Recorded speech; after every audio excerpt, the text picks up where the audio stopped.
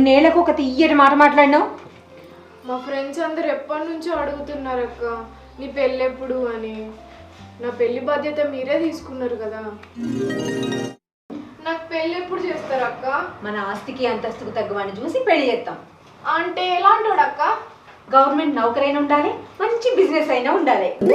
అబ్బా నాకు సిగ్గేస్తుంది అక్క, నాకు కాబోయే భర్త గురించి చెప్తుంటే. చూసిండ్రా, మా చెల్లి సిగ్గు కూడా నేర్చేసుకుంది. మంచి సంబంధం వస్తే తప్పకుండా చేసుడే. ఏమంటావు? అంతే అంతే. సరే అక్క. వడ్డీ పైసలు ఎవరు చక్కగా ఇక్కలేరు కదా, ఇవ్వకుంటే ముక్కు వెండి వసూలు చేయాలి. సరే నువ్వు చెప్పినట్టే అడుగుతున్నా. పైసలు వస్తున్నాయా? అత్తరు శివుడు వస్తుంది.